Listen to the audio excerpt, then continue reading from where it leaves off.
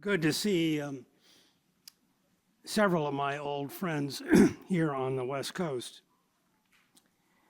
You might ask, what gives me the audacity to talk about re-engagement or engagement between the U.S. and China? This is a friendly group, but as I take this conversation around the world, especially in our country, there is not a whole lot of friendly reception to this topic.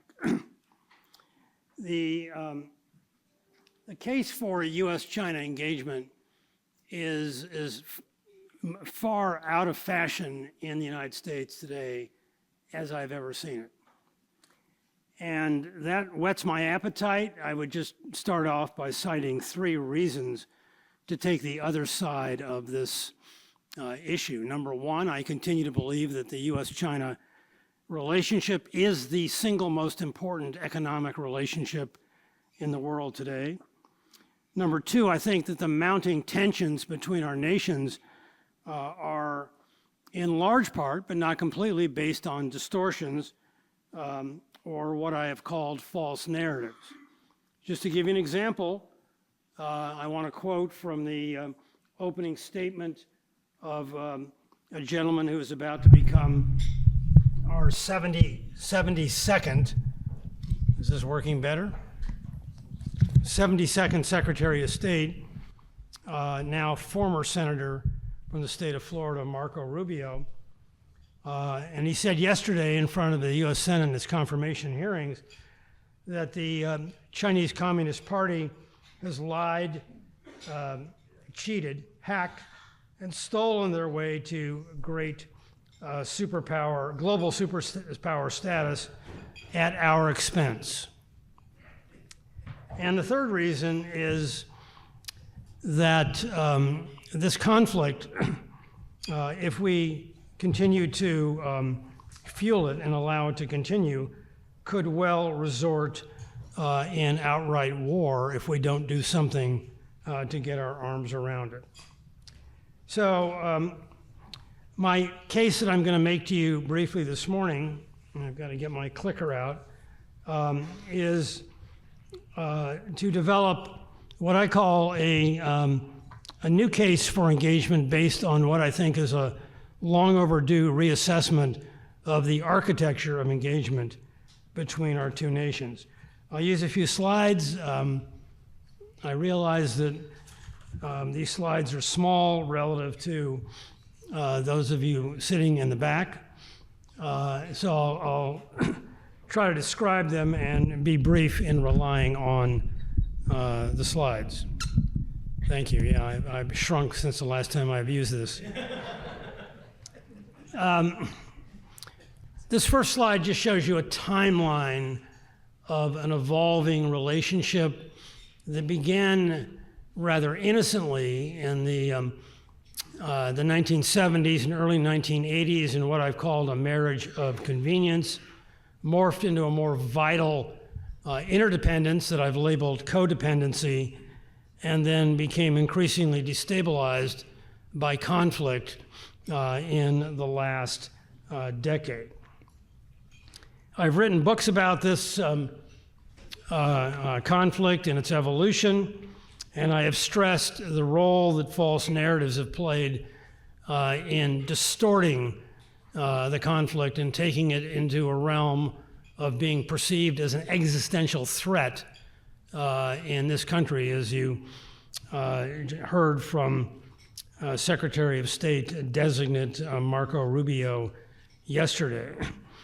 The original sin, if you want to call it that, is a distortion of the trade relationship between our two countries, something I've written a lot about over the years, and is underscored by this completely illegible exhibit in the upper right of this slide, which shows you the uncomfortable truth of America's multilateral trade deficit, which included China and 105 other countries last year. We have the mistaken belief, and it was certainly a belief that was acted on very forcefully by former, soon-to-be a new President Donald Trump in his first administration, that we can eliminate our trade deficit country by country. And nothing could be further from the truth. We have a multilateral trade deficit in large part because we do not save as a nation. And when you don't save and you want to invest and grow, you import surplus savings from abroad and you run massive current account and trade deficits to attract the capital. China's our biggest bilateral trade deficit, although the share has come way down because of the tariffs of 2018 and 2019, which unfortunately were continued under the Biden administration. It's quite possible these tariffs will increase sharply further in just a few days. But the point of trying to address a multilateral trade deficit with a bilateral fix is it won't work unless we address our savings issue. We're not doing that because of a big budget deficit, and so we can lower one piece of the multilateral trade deficit, but all we do is effectively divert it to other nations, and that's exactly what's happened as our trade deficit has grown dramatically since the imposition of the China tariffs. China's equally guilty of relying on false narratives to distort their concerns about the United States. The lower right shows you China's inability to rebalance its economy. And if you take Xi Jinping at face value a couple of years ago, he stated categorically that China's imbalances are an outgrowth of America's desire to contain and restrain Chinese economic growth, ducking any responsibility for his government's ability to put in place policies that would foster Chinese rebalancing. So why do we need engagement? I already stated that at the outset. Without engagement, the risk of accidental conflict is high and rising. And there's, again, fault on both sides of this increasingly conflicted relationship. Xi Jinping has laid out what he calls 4 red lines that are inviolable in terms of where he would react should the U.S. continue to threaten China. Taiwan is at the top of the list, but there are a number of other concerns that he has. And we, for our part, have been very aggressive in constraining China, not just on trade, but increasingly on technology that you'll talk about in your next session, and our fixation on national security, including but not limited to the legacy of the small yard and high fence. The tensions get compounded when you think about what is about to come starting next Monday. And here I put up 2 books side by side, the notorious Project 2025, and then my recent book, which warns against the perils of accidental conflict. And in terms of Project 2025,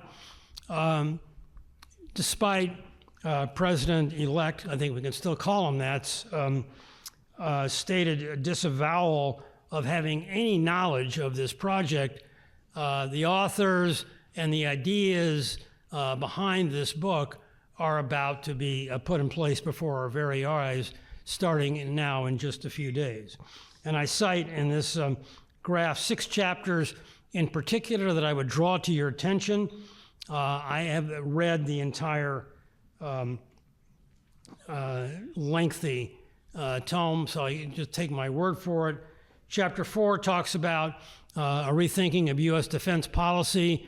Its major point of emphasis is in gearing up to do battle with China over Taiwan. Chapter 5 talks about the State Department and its new priority in dealing with adversarial risk in the United States.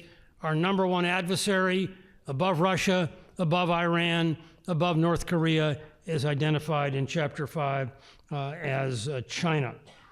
Chapter 8 talks about China's aggressive efforts in alternative energy, reflecting the green development mindset that's gone way out of hand, according to Project 2025 in the United States. Chapter 17 talks about rekindling an outrageous initiative that the Trump administration put on the books in its first attempt, the China Initiative, which has caused enormous hostility between scientists, researchers, and people-to-people engagement between our two countries. Chapter 21 addresses the Commerce Department and the need for the Commerce Department to move ahead in an explicit endorsement of decoupling. And finally, Chapter 26 on trade policy lays out a manifesto for tariffs written by the recently released Peter Navarro. So I want to get to the main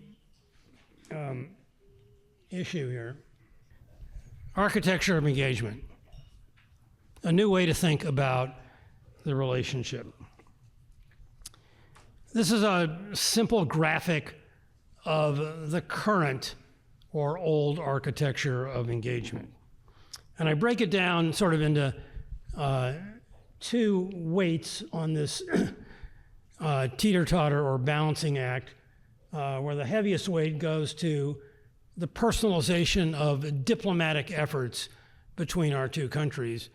And I contrast that with the increasingly lighter weight that's given to the institutional efforts that have been put in place to manage the relationship over the years.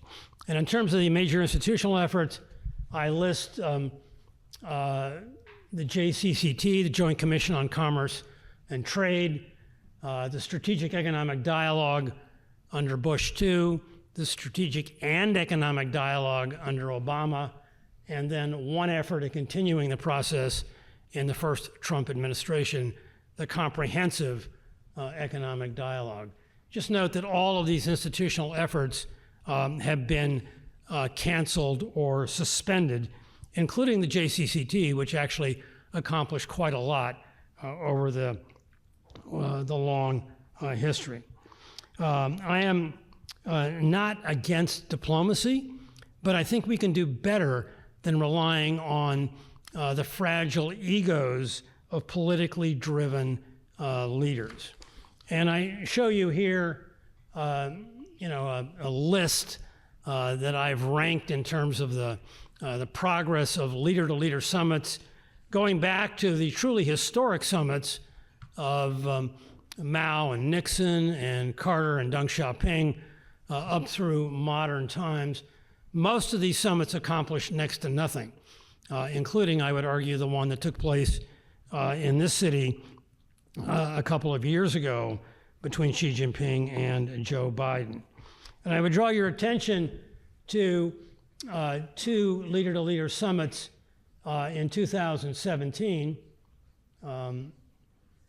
where there was a great dinner party that Donald Trump held at Mar-a-Lago, and then Xi Jinping reciprocated with a glitzy function at the Forbidden City that Trump was thrilled to call the greatest summit in the history of world summits. Just note that those two summits, which occurred in 2017, were followed almost immediately by the outbreak of Trump's tariffs in 2018. They accomplished, as I said, next to nothing. So, new architecture of engagement. I want to give you sort of three legs of the stool to think about and focus in particular on the third leg. The first leg is moving from distrust to trust. There is no trust right now, as you all know. Whoops. I just lean on these buttons so much. There's a lot that we can do to break the ice and rebuild an atmosphere of trust, such as reopening closed consulates, loosening travel restrictions, restarting educational exchanges like the Fulbright program, and relaxing constraints on NGOs. There's a lot of heavy lifting to do on much bigger issues, but I prefer the icebreaker approach to restore some semblance of trust and confidence between our two nations. We're going the other way right now with our paranoia in the U.S. over literally anything to do with China. You raise an issue, it could be electric vehicles, it could be construction and dock loading cranes, and you get an outbreak of paranoia that I've written about as Sinophobia. Secondly,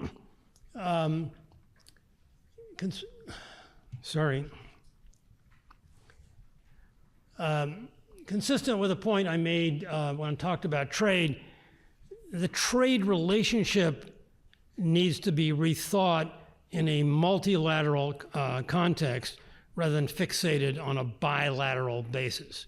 We live in a supply chain linked world where bilateral deficits mean very little.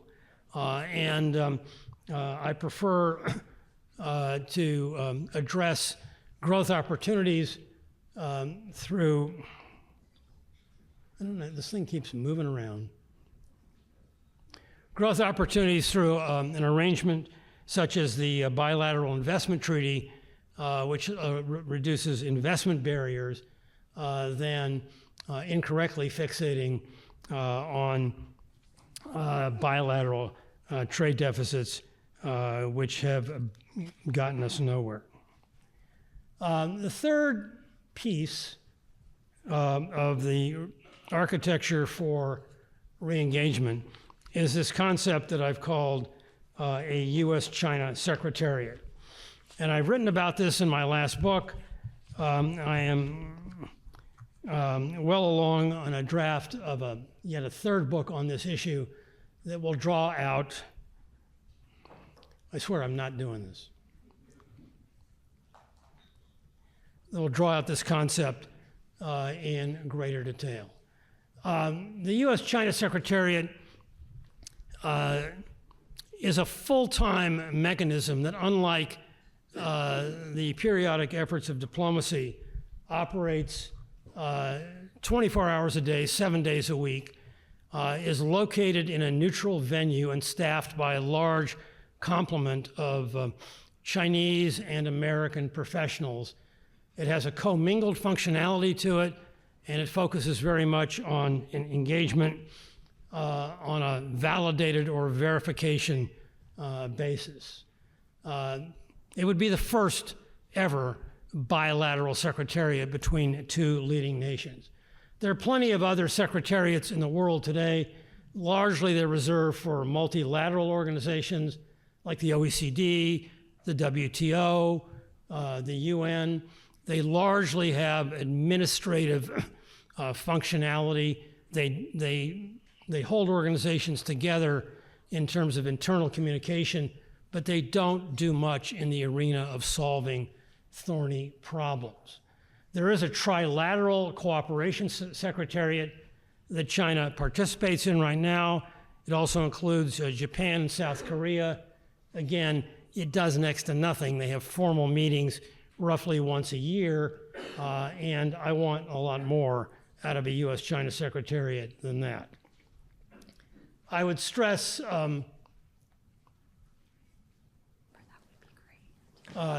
two dimensions of functionality at this point to think about the U.S. China Secretariat. Really apologize for this. First, the administrative functionality. The U.S. China Secretariat has, as I've conceived it, four major functional aspects of the organization. One, to frame the relationship correctly and without succumbing to the distortions and false narratives that are pushing the two nations apart. The Secretariat would be accountable to the national legislatures of both nations. It would be centered on a collaborative research program that would feature jointly authored policy white papers, operating off a shared database that is constructed by researchers in both nations. It would convene existing experts in areas that involve both nations, a classic example being the outbreak of COVID-19 in late 2019. Had a secretariat been in existence at that point, the organization would have convened a panel of scientists, epidemiologists, public health officials to identify, resolve, and put in place practices to address COVID. There would be an outreach function, there would be an oversight and compliance function, including a dispute resolution screening function. The Secretary would also have important analytical functionality. It would be involved in issues that bear on economics, trade, technology, and the big global issues that both nations have such an enormous stake in: health, climate, cybersecurity, artificial intelligence, yes, even human rights. The Secretariat would have responsibility for addressing the relationship on a bilateral as well as a multilateral basis. And then finally, summing up, going back to my balancing act, what I am proposing by rebuilding trust, by shedding the zero-sum legacy, and by, in particular, giving emphasis to developing a new model for the architecture of engagement in the form of a secretariat, is there would be more institutionalization, less personalization, and a greater balance to working through what is now the most dangerous phase of our relationship. We've got about 5 minutes for Q&A on anything I have covered or left out. Right here, just identify yourself quickly and keep it to one question each.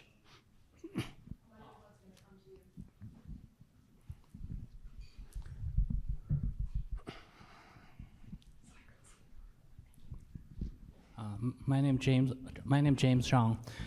First of all, I say that if this presentation had been made a year earlier, you would not have been asked to sit on the sideline as a CDF in 2024.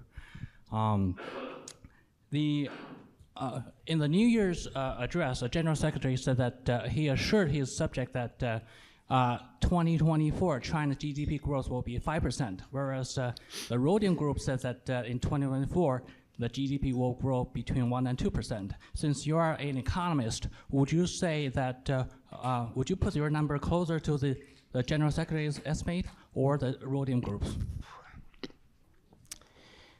The forecast of the Chinese economy is one that I've been involved in for probably 25 years. I know full well the issues associated with the numbers as well as the credibility of the official estimates. I don't doubt that the National Bureau of Statistics in China will print a number that's close to 5%. They are perfectly capable of printing any number they would like. China has a growth problem, and it's a serious one. And so I don't care if the number is 5% or like rhodium, 1% to 2%, there is a serious growth problem. And we all know the importance of the property sector in China. It's in terrible shape. It's accounted for anywhere between 20 and 30% of Chinese GDP growth over the last decade, and that number is going the other way. The export sector is going to be, there's a lot of front loading of exports right now in anticipation of a new round of tariffs, but there are going to be more tariffs and exports are going to be under greater pressure. There are also mounting deflationary risks in a debt-intensive Chinese economy. And so that really leaves the focus on the Chinese consumer to really fill the void and achieve the government's official 5% growth target. I'm a big fan of consumer-led rebalancing in China. I've written books about it, and I have focused a lot on the need to reduce the excesses of fear-driven precautionary saving by social safety net reform, in particular pensions, healthcare, hookah reform. Increasingly, though, I'm of the view that the political environment in China is really inhibiting the sort of animal spirits of Chinese consumers to step up and be full-blown discretionary consumption. So I am not that optimistic on consumption prospects in China, despite the government's emphasis on so-called trade-in programs to reshuffle replacement demand, bring something forward that would have occurred in any case. So, I think the growth outlook is treacherous right now, and while the number may end up looking like what President Xi promised in his New Year's address, the real outcome will be well below that. Other questions? Thank you. Let's wave a magic wand and say the re-engagement architecture is adopted and is a huge success. Can you characterize what the attributes of that would be? Would it be like a pre-Xi Jinping kind of relationship, or how would it be different, and what would you like to see? I think it's a great question. What I would hope for is a more favorable climate that fosters constructive competition between our two nations. I recently read an interview of now soon-to-be former U.S. ambassador to China, Nick Burns, conducted by a former student of mine for his internet platform called China Talk. And Nick Burns, who I have an enormous respect for, said that he used to be an engagement guy, but now he now views the U.S. China conflict through the lens of competition. He would say he's 20% engagement, 80% competition. I think that's a false comparison, with all due respect to the soon-to-be former ambassador. You can be both competitive and engaged, provided you compete in a way that's mutually acceptable and verifiable by both nations. And so I would hope that that we could come out of this through the help of a new secretariat with a more constructive and verifiable, validated competition between our two countries. The United States is at its best when we are challenged to compete. And I think China would also benefit from that lesson as well. I think there's a question in the back. Thank you for this excellent presentation. I think that the U.S. China delegation, Secretariat is going to be an excellent tool. One thing that's been overlooked by almost everybody who's watched the China situation is that in APEC, November 23, the agreement between Xi Jinping and our president to have a red telephone. I think avoiding a war between the United States and China is highly important, and if anything goes wrong, both militaries have agreed to contact each other, and most important, there's a red telephone between Xi Jinping and our president, and that will stop any mistake that a pilot or a ship commander causes an accident. Military-to-military communication is important. We have restarted that, and that's constructive. Having said that, as I went through very briefly the red lines of Xi Jinping, Taiwan is at the top of the list. The U.S. Congress would also put Taiwan near the very top of its list. So we can have a full-blown communication system between our two militaries or even between our two leaders, but if we push too hard or if China pushes too hard, then communication is not going to forestall the inevitable outbreak of hostilities. There's a lot of false information going back and forth about a certain date and the preparations that China's making for that type of exercise. Again, those are in large part, I think, based on fear and rumors based on the substance of any measurable threat, but it's something we need to take very seriously. All right, thank you very much.